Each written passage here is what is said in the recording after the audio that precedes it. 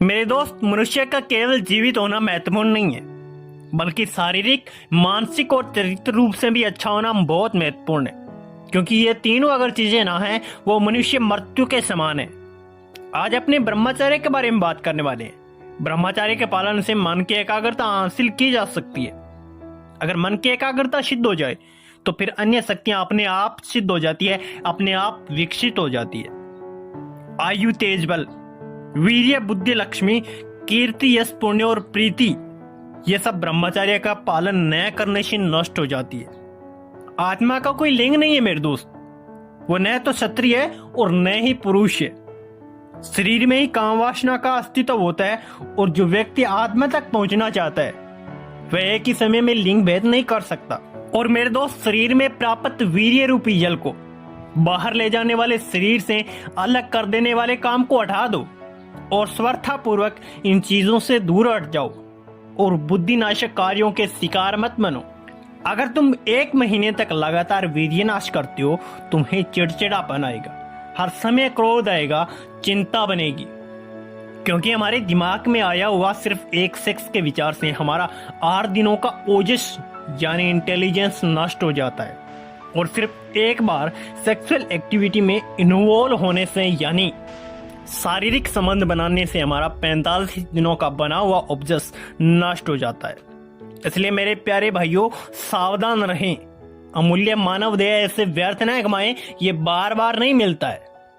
पल भर की खुशी के लिए वीर्य निकालना और जीवन के तमाम पलों को नरक के समान जीने में कौन सी समझदारी है मेरे दोस्त। जब भी वीर्य निकालने की तलब मन में उठे तो सिर्फ एक बार अपने आप से ये सवाल पूछ लेना कि क्या मैं अपने जीवन रोते रोते जीना चाहता हूं। यदि उत्तर हाँ मिले तो वीर्य बेशक निकाल फेंकना। अगर जवाब में नहीं आए तो वीर्य हरगिज मत गिरने देना।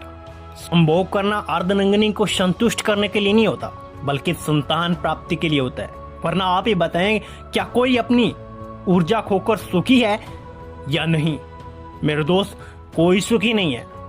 चरित्रवान बनो, अभिचारी नहीं, जिससे लोगों का भरोसा आप पर बना रहे। और चरित्रवान बनने के लिए ब्रह्मचारी की भट्टी से गुजरना पड़ेगा।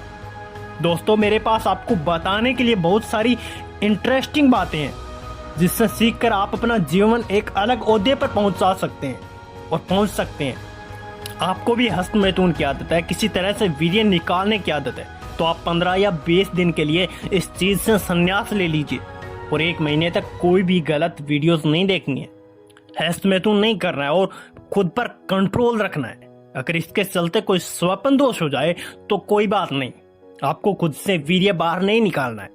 1 हफ्ते में ही आपको शरीर में चेंजेस महसूस होने लग जाएंगे।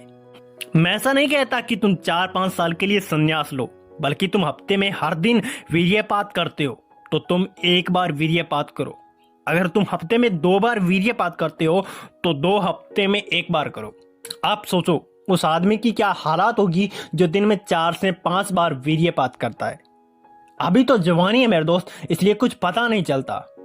जब 30 से 35 साल की उम्र होगी ना, तो आंखों से दिखना बंद हो जाएगा, कमर में दर्द होगा, जोड़ों में दर्द होगा, गांठों में दर्द होगा।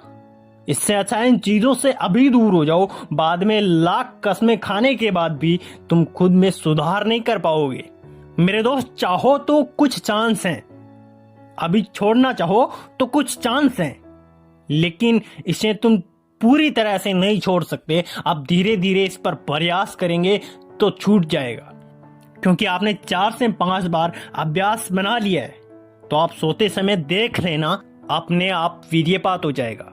अशुद्ध नहीं, शुद्ध अवस्था है, फिर भी हो जाएगा। आप इसका उपाय दवाई या किसी जड़ी बूटी से नहीं कर सकते कि हाँ मैंने दवा ले ली अब तो आदतें छूट जाएगी। आपको खुद को ही खुद के अंदर सुधार करना पड़ेगा। धीरे धीरे इन चीजों से दूर होना पड़ेगा, खुद पर कंट्रोल करना पड़ेगा, अपने खाना पानी में सुधार करना पड़ेगा, आप में सुधार करना पड़ेगा। और मेरे दोस्त, व्यायाम करो, सुबह सुबह दौड़ो, शरीर को थका सकते हो उतना थकाओ। गंदे काम मत करो, शांति से रहो और कोई नशा मत करो। और स्मार्टफोन का उपयोग कम कर दो।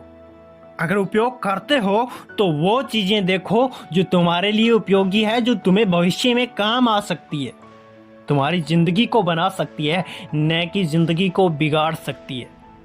इस आदत के केवल लड़के नहीं, लड़कियां भी शिकार होती है, छोटे बच्चे भी शिकार होते हैं। समय रहते इन चीजों को सुधार लो। अगर 2-4 साल ऐसे ही लगे रहे तो तुम में वो क्षमता नहीं रहेगी कि तुम बच्चे पैदा कर सको, उसका अच्छी तरह से लालन पोषण कर सको, क्योंकि आपके अंदर वो शारीरिक क्षमता नहीं रहेगी, वो ऊर्जा नहीं रहेगी जो 2-4 साल पहले वीर्यपात निष्कासन की आदत से पहले का शरीर था। या आप पहले जैसे नहीं रहोगे। तो मेरे दोस्त, खुद में सुधार करो, जो गलत है उसे स्वीकार करो।